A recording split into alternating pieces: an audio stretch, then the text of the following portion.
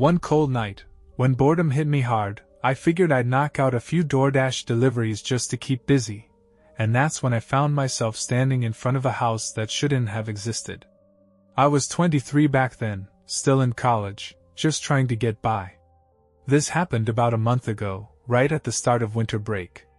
With classes on pause, I'd been spending most of my downtime delivering food to earn some extra cash. Earlier that day, I'd already done a few runs, but around 9 p.m., boredom crept back in. So, I decided to squeeze in another round. I picked up a hefty order, 2 large bags packed full, and started driving toward the drop-off address. The location was in a part of town I didn't recognize. My GPS led me down this long, winding road through a neighborhood that seemed perfectly normal. Cookie-cutter homes, trimmed lawns, the usual. But as I kept going, I reached the very back of the area, and the road just ended. Or at least, it looked like it did. Right at the edge, my headlights caught a glimpse of a small wooden gate with an address marker. It matched the one on my delivery. Odd thing was, no other houses had gates. Every other home just sat along the street. This one looked tucked away, almost hidden, like it didn't want to be found. Curious but cautious, I got out and pushed open the gate. No lock. No chain. Just creaked open with a little effort. I hopped back in the car and drove down a wide gravel path surrounded by trees, until I reached a lone house sitting quietly at the end. It was nothing like the others. Smaller, entirely made of wood, and clearly older. But the GPS confirmed it. This was the place. I grabbed the bags and stepped out. My car headlights stayed on, shining directly at the porch, which is probably the only reason I saw the front door wide open.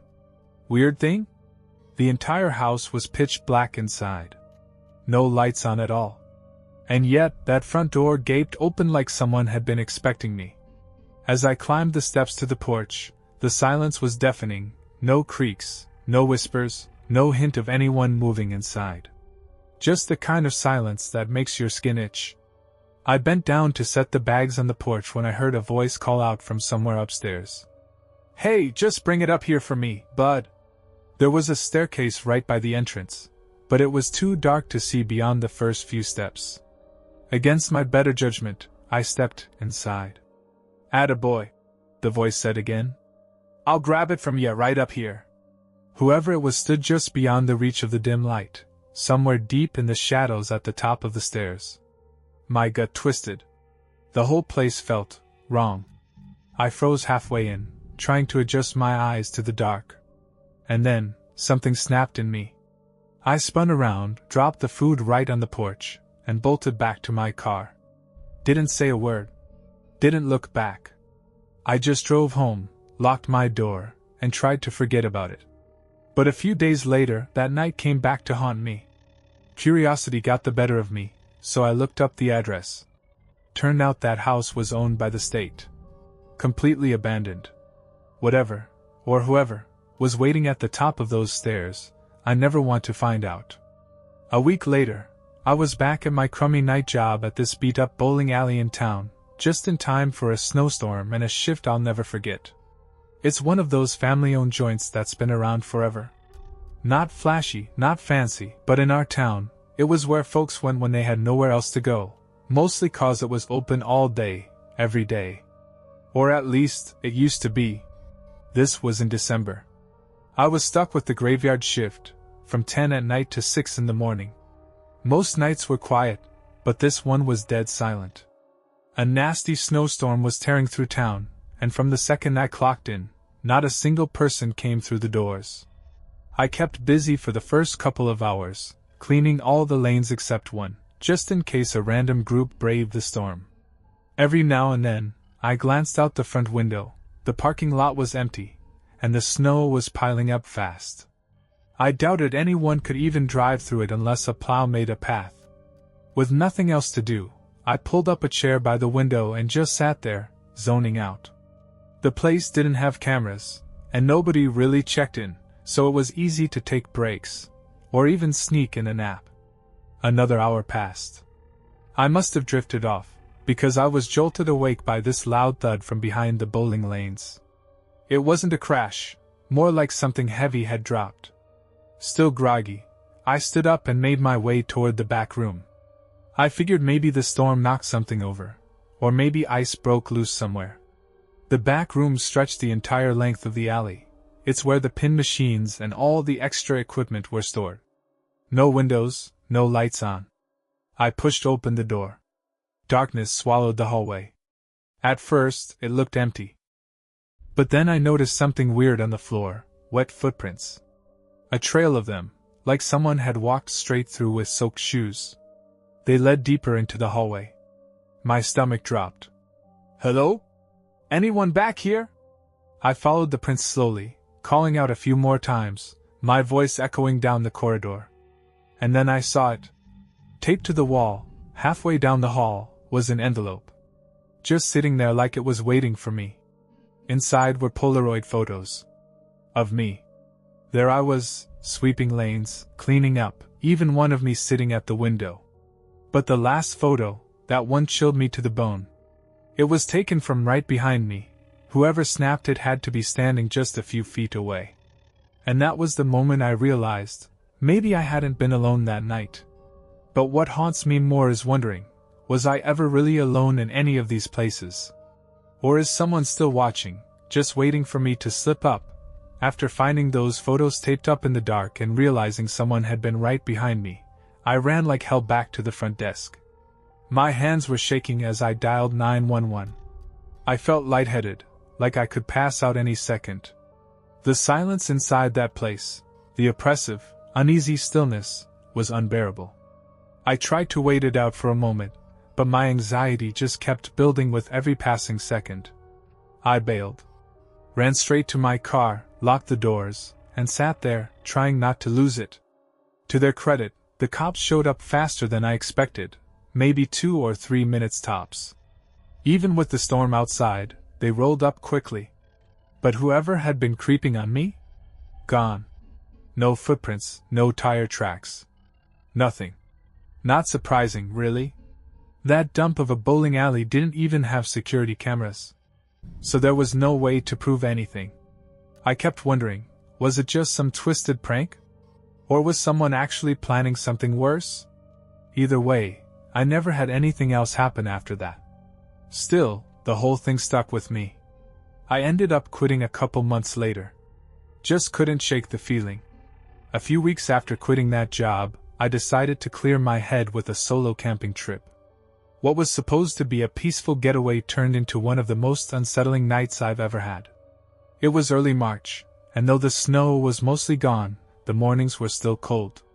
The frost clung to the grass at sunrise, but it was finally warm enough to get back to the stuff I missed: hiking, biking, sleeping under the stars. That day, I drove out to a quiet, remote spot I'd visited the previous fall. I liked it because hardly anyone ever went out that way. It was a perfect place to unplug, breathe, and enjoy some solitude. I parked by the roadside and hiked about 45 minutes into the woods until I got to this little dirt clearing with a view of the forest. Nothing fancy, just a ring of bare ground and an overlook. I set up camp as the sun started dipping low. I always liked arriving late, setting up quick, eating a bit, and then crashing early. After gathering some sticks for a fire, I wandered over to the overlook to watch the sunset. I'd only been sitting there for a minute when I spotted it, another fire, burning down below in the woods. Not far off, just tucked in among the trees. But there was no tent, no gear, no people. Just a solitary campfire flickering away in the growing dark. No one around. That alone was enough to feel off. Fires don't burn long on their own, so someone had to have lit it recently. But why leave it completely unattended? I figured they'd be back any minute, so I stayed put and watched. An hour passed. Still no one showed. By now, it was completely dark, but the fire hadn't burned out. It was bigger. Almost too big. Like they'd stacked large logs underneath it to keep it roaring like a bonfire. That's when I started getting nervous. It was too close for comfort, especially if it got out of control. I decided to hike down and check it out. The walk took maybe 2 minutes, but it felt longer with only a flashlight cutting through the black. As I approached, the crackling of the flames echoed through the stillness. No other sounds. Just fire and wind. Up close, the flames were taller than they should have been. And there were still logs beneath it that hadn't caught yet, like someone meant for it to burn all night. This wasn't an accident. Someone had built this thing deliberately, and then just left. I grabbed fistfuls of damp soil and started tossing it on the wood. Bit by bit, the fire died down enough for me to pull out the unlit logs. Took about 5 minutes, but I got it under control. After that, everything went dead silent. No breeze. No fire. Just darkness.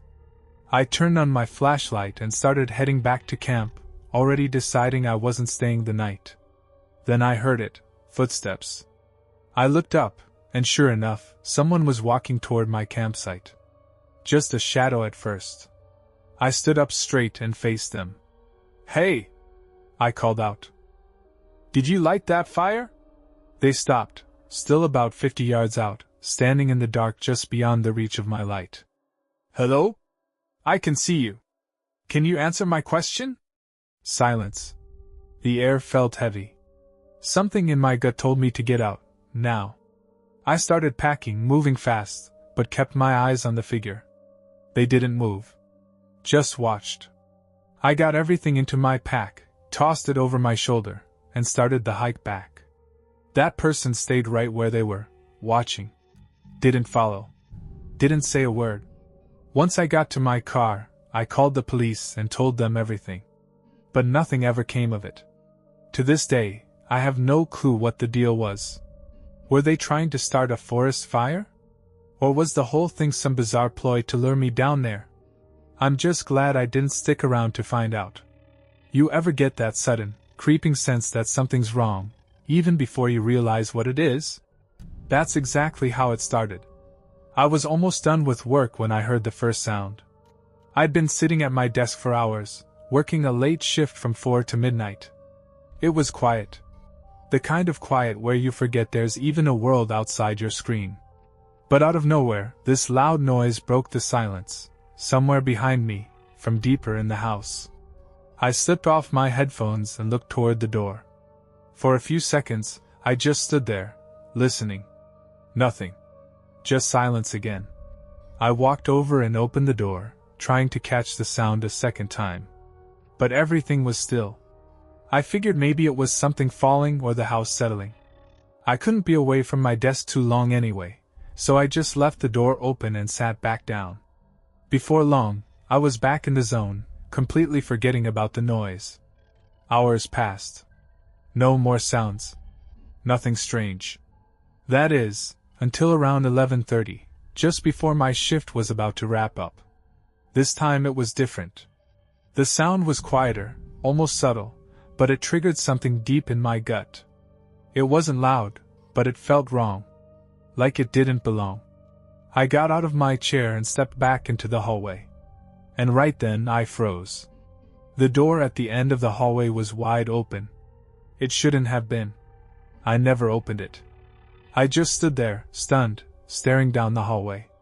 Then I noticed movement. A shadow on the wall. Someone was standing at the bottom of the stairs. Not moving. Just there. I backed into my office, slammed the door shut, and locked it. My hands were trembling as I grabbed my phone and called the police. I kept my eyes locked on the bottom of the door, expecting to see feet, or worse, shadows moving closer. But nothing happened. I didn't hear footsteps coming up. Didn't hear movement downstairs. Just silence. When the cops showed up and swept the place, no one was inside. Nothing broken. No signs of forced entry. Just gone. But the part that eats at me is this. My office door had been open for hours. That person had to have walked right past me. They were close enough to touch me, and I had no clue they were even there. Later that same winter, I took a trip to a small rural town near a ski resort I visit every year. I figured a few days in a quiet cabin would help me clear my head. Instead, it left me with a chill I still haven't shaken. See, staying at the resort itself was crazy expensive, so I booked a cabin through a local rental site. Just a simple little place, nothing fancy, but cozy enough for a solo trip. I'd been skiing all day and got back to the cabin around 7 p.m., cutting the day a little short because the cold really ramped up after sunset. I showered, made some food, and crashed by the fireplace to relax. That's when I heard the crunching footsteps outside. Someone walking through the snow. They came right up to the door. I got up to see who it was, but they didn't knock. They just stood there. I stopped halfway to the door, unsure of what to do. After a few more seconds, they finally knocked. I hesitated, then cautiously opened the door. A man stood there, late 30s, dark hair, heavy beard. He flinched a little when I opened up, but something about it seemed off. Like the kind of flinch you fake to seem surprised. "Can I help you?" I asked. He gave me this forced smile and asked who I was. I flipped the question back on him, and he said he'd booked this cabin for the night. I told him that couldn't be right. I had the place rented for the whole week. I asked if he had a receipt or confirmation email, or anything. He dodged it, said he didn't have it on him. That's when things got weird. I told him sorry, but he must have made a mistake and started closing the door. But before it shut, he pressed his hand against it, stopping me. "Could I maybe just come inside for a second?" he said, still smiling. "Just to get out of the cold?" That smile didn't feel friendly, it felt practiced. Something about him made my skin crawl. I told him no and shut the door on him. I stood there for a while, listening. He didn't move. Just stood outside for what felt like forever, maybe 30 seconds, before finally walking away. Weird, sure, but maybe it was nothing. I figured if it was a mix-up, the rental office would call. I sat back down, put on a show, scrolled my phone, and snacked a bit. Tried to chill out. But 2 hours later, right as I was drifting off to sleep, that guy popped into my mind again. I don't even know why, but something about it started eating at me. So I got up and looked outside. It was pitch black, snowy, freezing, and someone was standing out in the woods. Just barely visible through the trees. I couldn't tell if it was the same man, but who else would it be? I backed away from the door and called the property manager. They phoned the police right away. Didn't take long for 2 officers to walk up the trail toward my cabin. The man spotted them, but he didn't get far. They caught him. He had a sling bag on him. Inside were tools, lockpicks, screwdrivers, and even a hunting knife. He never had a reservation. Never booked the cabin. He just lied, hoping I'd let him in. Whatever her real story was, I'm pretty sure that if I hadn't turned around when I did, I wouldn't be telling this now.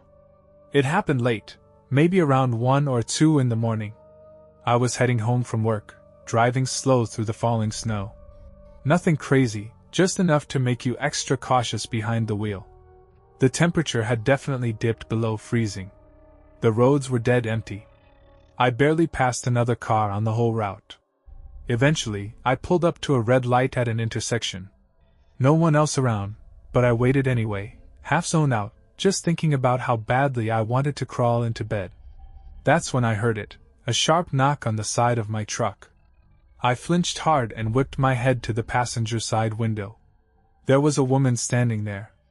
She looked like she was in her late 20s. Her skin was pale, her face red from the cold, and she looked like she'd been outside way too long. I rolled the window down halfway. She apologized, said she didn't mean to scare me, but her car had broken down about a mile back. She tried walking home but realized too late just how brutal the cold was. She asked if I could give her a lift, just another mile or so down the road. I hesitated for a second, but something about the way she said it made me believe her. Maybe it was her appearance, vulnerable, shivering, and part of me just couldn't leave someone like that out in the snow. So I told her to hop in. She kept thanking me over and over as we drove. A few minutes later, she asked me to turn into a neighborhood just off the main road. I recognized it. I passed it every day on my way to work, but I'd never actually driven through it. As soon as we turned in, though, something felt off. The houses were tiny, rundown, looking more like old trailers than homes. Everything looked frozen over and dead. No lights. No movement. Just cold. We kept going deeper into the neighborhood, and that's when my truck started to struggle a little. The road hadn't been plowed, and it was getting worse up ahead. I slowed to a stop. "Is this close enough?" I asked her, hoping she'd just hop out.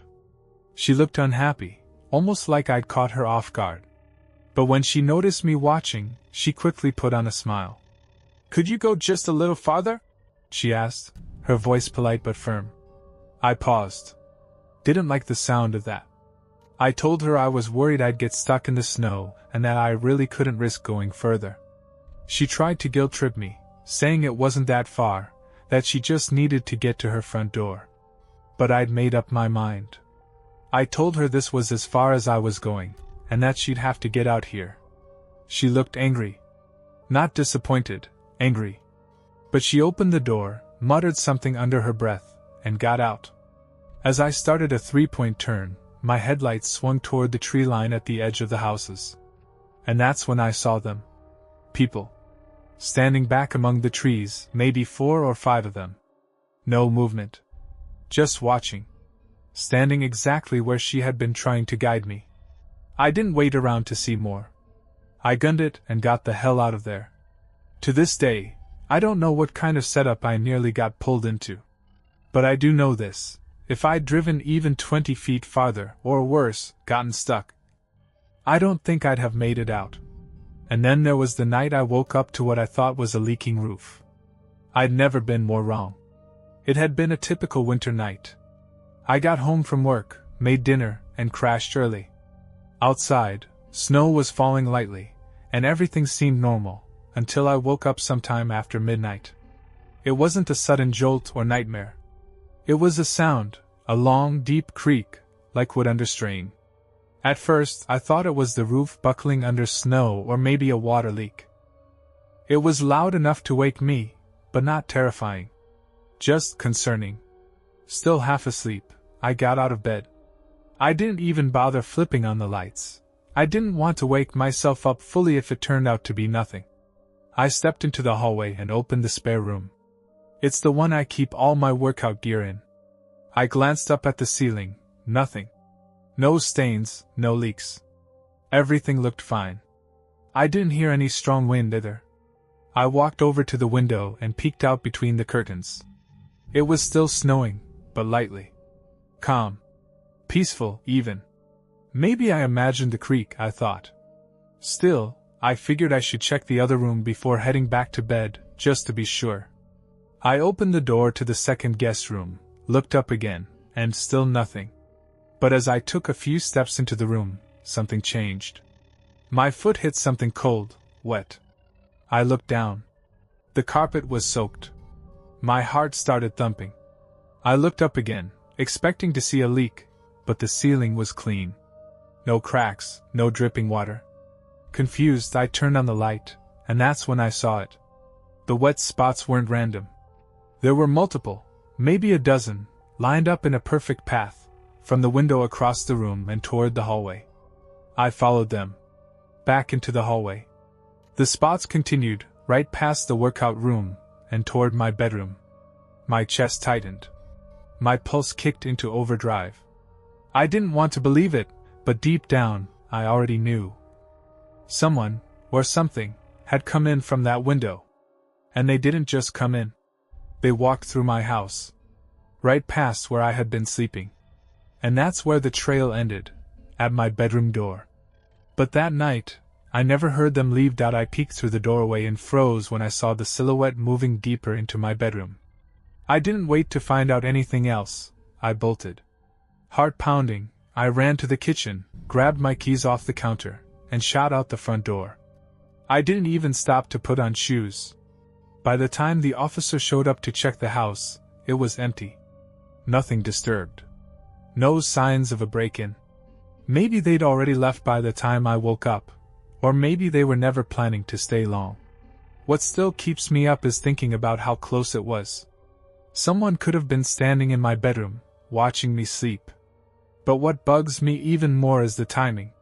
There were no wet spots between my bedroom and the hallway, so maybe, Just maybe, they snuck in while I was in the spare room, looking out the damn window. That creak I heard, it had to be the window sliding open. Or maybe shutting. Either way, the idea that someone was walking through my home as I stood just a room away still makes my skin crawl. I'll never know what they wanted, or what they were planning. And I think I'm okay not knowing. It was the middle of a whiteout blizzard, one of those nights where the world outside disappears, and for a few moments, I thought maybe I was losing my mind. I'd called off work that day. There was no way I was risking the roads in that weather. The snow was relentless, wind howling, visibility down to a few feet. Total whiteout. I stayed inside, cozy and warm. Cooked dinner. Threw on some old show and crashed on the couch. I don't even remember when I fell asleep, probably around 8 or 9. Next thing I know, I'm jolting awake. One cough. Just a single, sharp cough. I sat up, confused. The room was dark.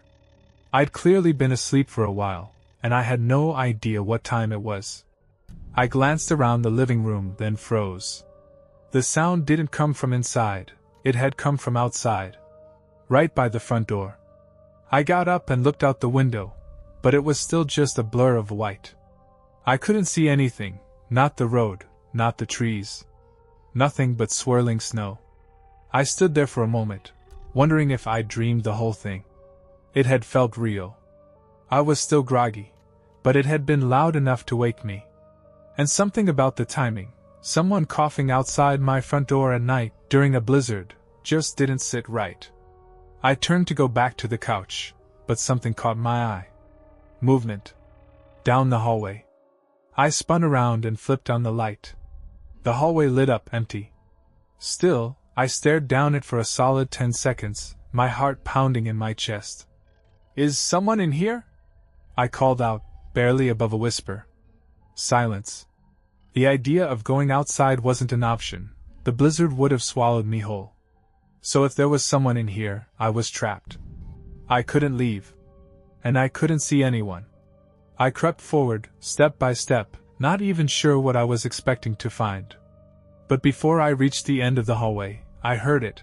A rapid thump thump thump, followed by the wind suddenly roaring inside the house. I rounded the corner just in time to see the window in the back room wide open. Snow blew in from outside. Someone had just escaped. My brain short-circuited for a second, but instinct kicked in. I slammed the windows shut and immediately called the police. By the time they arrived, all traces of whoever had been there were gone. The snow had erased it all. No footprints. No clear evidence. Just me, a broken sense of safety, and a dozen questions I'll never get answers to. Then there was the night I followed a child into the woods. And to this day, I still don't know what I nearly walked into. I'm 28, live in a small house in a quiet suburban town. Nothing special. My neighborhood backs up to this massive stretch of forest, goes on for miles. Most folks don't bother with it, but I like walking the trails behind my place. It's peaceful. And when my schedule gets hectic, I'll go out later in the evening with a headlamp. That night, it was around 8 p.m., not too cold, perfect for a walk. I threw on a coat and headed into the woods. At first, everything was calm. Normal. The soft crunch of leaves, the distant rustle of wind. I was maybe 10 minutes in when I heard something, faint movement out past the trail. I stopped. Squinted out into the trees. There was someone there. It looked like a kid, small, maybe 8 or 9 years old, just standing alone between the trees. Too far to make out clearly, but definitely alone. It didn't make sense. This wasn't a place a kid should have been, especially not at night. "Hey, are you okay?" I called out. "The trail's this way." No response. I stepped off the path, closer. "I can walk you back, all right? Just follow me." Still, they didn't move. I kept inching forward, unsure of what to do. I didn't want to just leave them out there. If I walked away and something happened, I'd never forgive myself. The kids started backing up. Not running, not scared. Just moving further in, like they wanted me to follow. And I did. I kept thinking they needed help, and the deeper I went, the more I convinced myself I was doing the right thing. After a few minutes, the trees started to thicken. The trail was long gone behind me. And then, the kids slipped behind something. It was a structure. An old shed, small, weather-beaten, almost swallowed by the woods. It didn't look like it had been touched in years. What was it even doing all the way out here? I was about to head toward it, figuring the kid had gone inside, when I heard footsteps behind me. The footsteps weren't light. They were heavy, deliberate. Definitely not a child. And in that instant, my stomach dropped. This wasn't just a weird night, it was a setup. I snapped off my headlamp and took off running. No hesitation. I didn't even look back to see who, or what, was coming.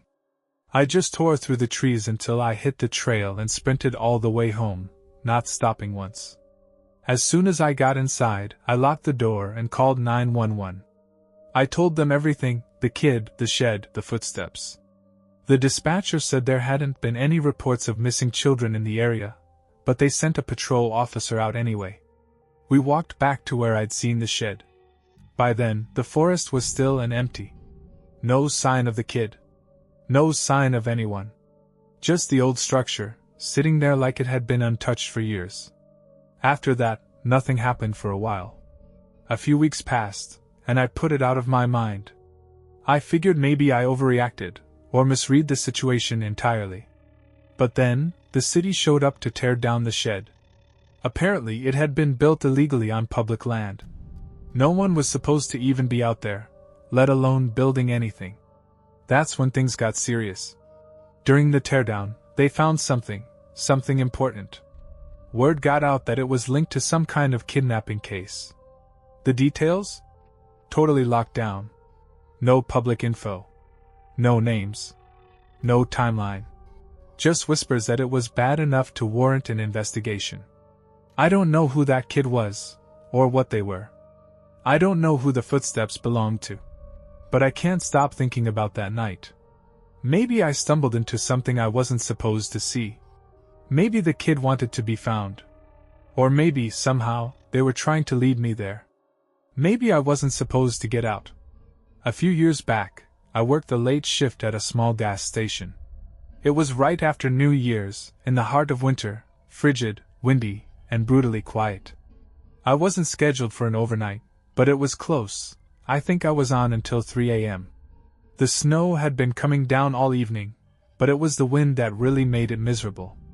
The kind of cold that burned your face the second you stepped outside. Only a few customers came in that night, all of them in and out fast. Just after midnight though, the bell above the door jingled, and I jumped. I hadn't heard any car pull in. A man stepped inside. He didn't come all the way in, just stood near the entrance. I greeted him, and he nodded, flashing a small smile, then turned to look out the glass doors. I glanced outside and noticed there were no cars at all. The guy must have walked there, which was weird enough in that weather. "How are you doing tonight, sir?" I asked, keeping it casual. He looked over and said he was fine. Told me he was just taking shelter while waiting for his ride. Fair enough. I said he was welcome to wait as long as he needed. Still, something felt a little off. Maybe it was the way he didn't move from that one spot, or how he barely blinked. But I brushed it off. I got back to restocking shelves, trying to stay busy. But an hour passed, and he was still standing there, just silently watching the snow. I offered him the store phone if he needed to check in with his ride. He declined, smiling again, but said no thanks. Just kept waiting. It was getting weird. I started wondering where the hell this guy even came from. There were no neighborhoods close enough to walk from, not in this weather. I headed back behind the counter, trying not to act too uneasy. I'd glance up every few minutes, still catching him just standing there. Then, out of nowhere, he straightened up and stared at me. Not looked. Stared. His eyes were dull, empty. It was like he'd suddenly turned into someone else. Before I could say anything, headlights cut across the front windows. A car rolled into the lot and stopped just outside. Nobody got out. I looked back at the man. He was still watching me. Then, he calmly opened the door and stepped out into the cold, walking up to the vehicle. The driver rolled their window down. They didn't greet each other. They just started talking, quietly, but with purpose. Too long for a "thanks for the ride." Something about it made my skin crawl. I didn't wait to find out what they were planning. I walked over and locked the front door. That's when the man whipped his head back around and locked eyes with me again. He yanked at the door handle. Hard. Again and again. A second later, the driver got out. They both started pulling at the door, furious. I rushed back behind the counter and called the cops, praying they didn't have something they could smash the glass with. But as soon as they saw me dialing, they stopped. The man got back in the car. The driver followed. And they pulled away into the night. That was the last I ever saw of them. They were never identified. Never caught. Just gone. And I still wonder, how many other places did they stop at that night? Was I the only one who locked the door in time? Or was I just the only one who could?